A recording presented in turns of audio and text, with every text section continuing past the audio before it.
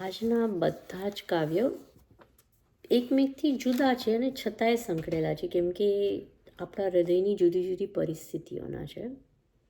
પહેલું કાવ્ય, અંદર અંદર કંઈક સતત કોરી ખાય છે. અંદર અંદર કંઈક સતત કોરી ખાય છે. ઊંચાઈના શિખરોની વચ્ચે ઊંડી ઊંડી ખીણો કેમ થાય છે? સતત કંઈ ખેંચી જાય છે. મંઝિલોના મકામ વચ્ચે જ રસ્તા કેમ ખોવાય છે? કંઈક ડૂબી જવાય છે. પછી શાંત પાણીમાં અચાનક જ વમળ કેમ સર્જાય છે? અંદર અંદર સતત કંઈક કોરી ખાય છે. સતત ખોવાઈ જવાય છે. અંતરમાં તો આટલું અજવાળું, તો પછી ત્યાં અંધકાર કેમ સર્જાય છે? સળવળાટ સંભળાય છે. ઘોંઘાટની વચ્ચે જ અચાનક જ સોપો કેમ પડી જાય છે? હૃદયમાં સતત કંઈ ભાન થયા કરે છે. જગતની વચ્ચે સરેઆમ કેમ પુરાવા આપવા પડે છે?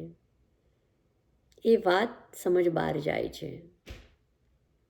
અંદર અંદર સતત કંઈક કોરી ખાય છે. લાગણીના સંબંધમાં નામ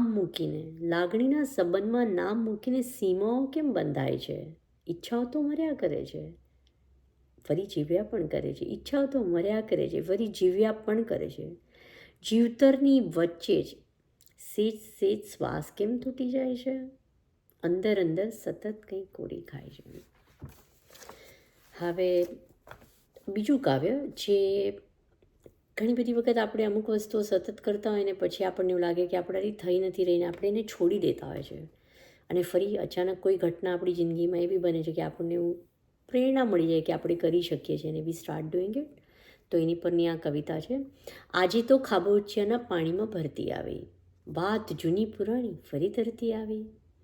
સદીઓથી હતી એ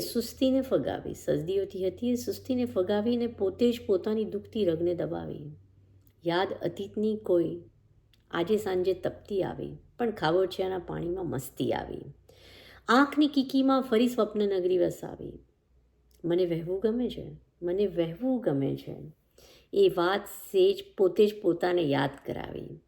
સાગરમાં ભલેની નદીઓ ભેગી થઈ તરસતી આવી, ખાબોચિયામાં ભરતી આવી. ખાબોચિયાના પાણીના વહેવાના નિર્ણયે એમાં મસ્તી લાવી. હું જ હતી મારી પ્રેરણા, એ વાત મારી સ્મૃતિપટ પર તરતી આવી. આજે તો ખાબોચિયાના પાણીમાં ભરતી આવી.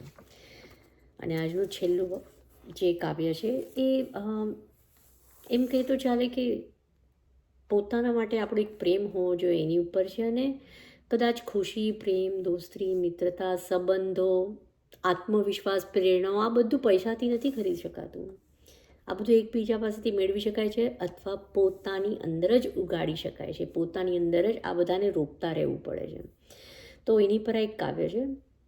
ખુશી વહેંચવાથી વધે છે એવું જ માન્યું છે.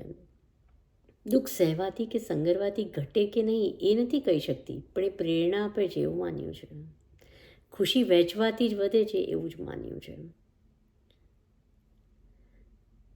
પીડા એ પ્રેરણા છે એવું ક્યાંક વાંચ્યું હતું. એ વાક્ય અનાયાસે આજે યાદ આવ્યું છે.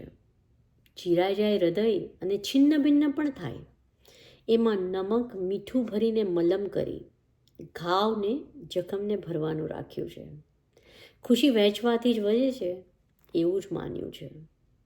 એ વાતમાં શું રડવાનું કે દુઃખ થાય ત્યારે દુઃખનાર સ્વજન જ હોય.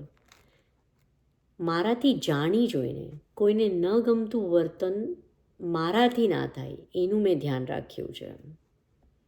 ખુશી વહેંચવાથી વધે છે એવું જ મેં માન્યું છે. હવે રડવાનું નહીં, હવે કરગરવાનું નહીં, ખુશ જ રહેવાનું. જળ બનીને હૃદયને પથ્થર બનાવ્યું છે. ખુશી વહેંચવાથી જ વધે છે એવું જ માન્યું છે. મારું સુખ પણ મારું, મારું દુઃખ પણ મારું, હું જ મારી છું. મારું સુખ પણ મારું, મારું દુઃખ પણ મારું, હું જ મારી છું. એવું ખુદને સમજાવ્યા પછી જ જીવન વધુ સુંદર, સહજ અને સરળ લાગ્યું છે. બધાની ખુશીમાં ખુશ થવાનું, પણ પોતે જ પોતાના પ્રેમમાં રહેવાનું. બધાની ખુશીમાં ખુશ થવાનું, પણ પોતે જ પોતાના પ્રેમમાં રહેવાનું. આ વાતનું મહત્ત્વ સમયે જ સમજાવ્યું છે. ખુશી વહેંચવાથી વધે છે એવું જ મેં માન્યું છે.